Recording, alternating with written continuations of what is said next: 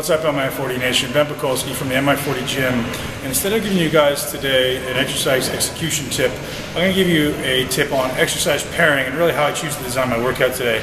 So today was chest and biceps. I'm going to separate those into two workouts, even though I actually did them intermittently. For those of you that don't know me yet, I call my workouts spider monkey workouts because I don't like to sit down in between sets. I like to do opposing body parts or non-competing body parts, so that I do one, I do the other, do one, do the other. So I don't sit around, and I have that obvious luxury because I'm in a gym that has nobody else here. You may not have the luxury at home, so when I write the workouts, I don't write them that way for you.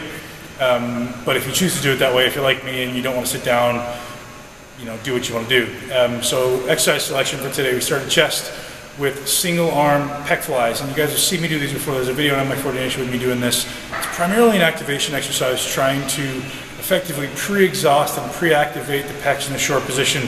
So I'm doing one arm. I'm really looking at my pec and thinking about bringing my origin and my insertion closer together. That's really all it is take it apart, bring it together.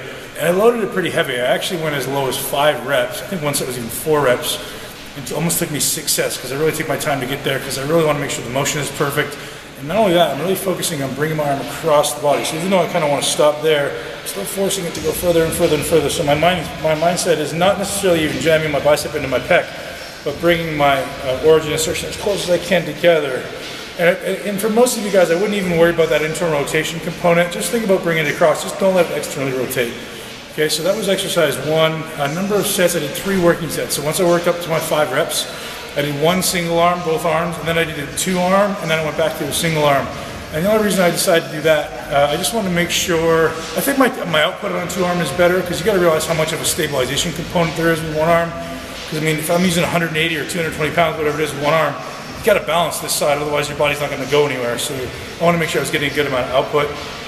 I went to incline barbell press, which I've been doing a lot lately. I just really like how it feels for me. It's a great exercise for me. I'm really able to get a good activation of my pecs.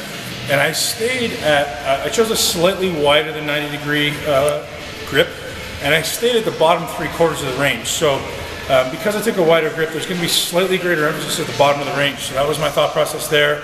I did 5 sets, really emphasizing the bottom of the range. So what was my first exercise? Emphasizing the short end of the range to activate. Second exercise was bottom end of the range. Third exercise, I came into a slightly less of an incline, probably like a 20-degree incline, maybe even less, dumbbell press. And the thought with the dumbbell press was going to be not even necessarily getting a maximum stretch, but definitely getting a maximum shortening, or at least whatever I'm capable of with a dumbbell and not coming across my body, of course.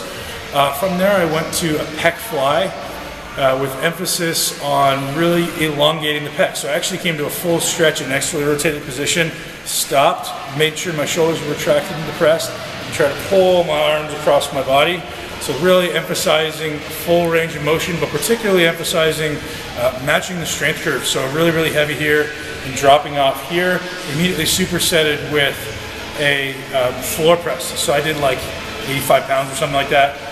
Laid my towel on the floor and doing a floor press. And for those of you guys that can have a smaller rib cage, smaller chest, floor presses tend to work really, really well. I highly suggest those. And then I went and finished off with just a hammer strength press, just to rep out, just really get some blood flow in there. So as you can see, all of those are what we call complementary exercises, meaning you may not be able to match the strength curve on every one exercise, but you can try to strategically fatigue the muscle at all points of its strength curve, the strength profile, if you pick your exercises correctly. Alright guys, so there you have the chest workout. Ben Pakulski, Mi40 Nation out.